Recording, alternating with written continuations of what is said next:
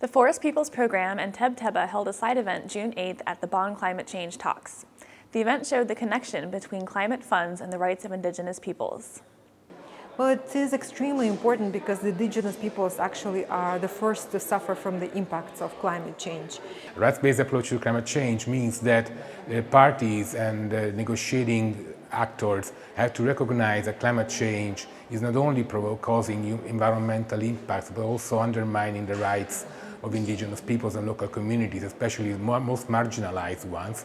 Cette étude qui sera probablement disponible à partir du mois dans quelques mois, a déjà montré quelques moteurs de la déforestation, notamment l'exploitation forestière illégale, l'agriculture à grande échelle, la production de bois de chauffe pour l'usage domestique et pour la commercialisation, mais aussi la demande en bois sans cesse croissante, mais aussi en produits minéraux du marché international, mais aussi des pratiques minières non durables qui sont les principaux moteurs de la déforestation. They took away some lands of Indigenous peoples, and that was actually done in the name of renewable and green economy. And we don't want that to happen with the funds that come through the Green Climate Fund. So the key concern is that sometimes by pursuing mitigation actions on Indigenous people's lands, these are pursued without recognizing the right to free prior informed consent.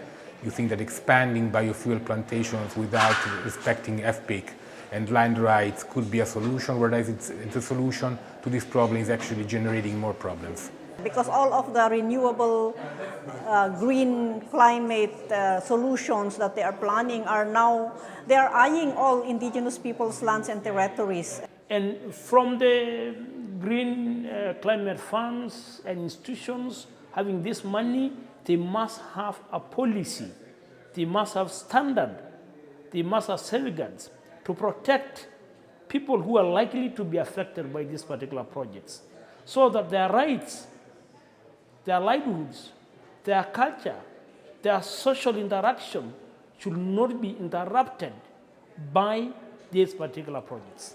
Of course, the direct access to the funds, either at the global, whether they will put dedicated funds for that, for Indigenous peoples, or at the national level, if they can define mechanisms on how Indigenous peoples and local communities will be having direct access to these funds. The fear, even with direct access, I think Indigenous peoples have some concerns because some of the governments do not recognize Indigenous peoples. Even within that modality, Indigenous peoples will have very limited opportunity to access the funds from the national focal points.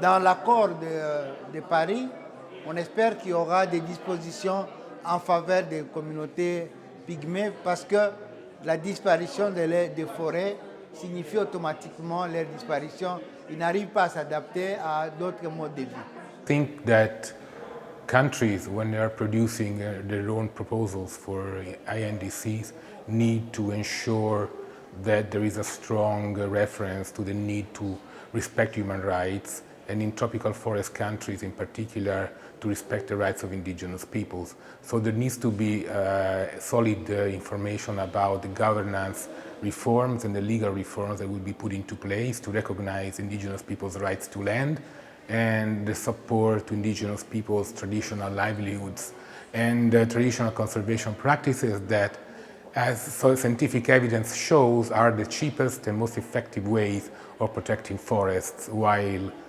mitigating climate change.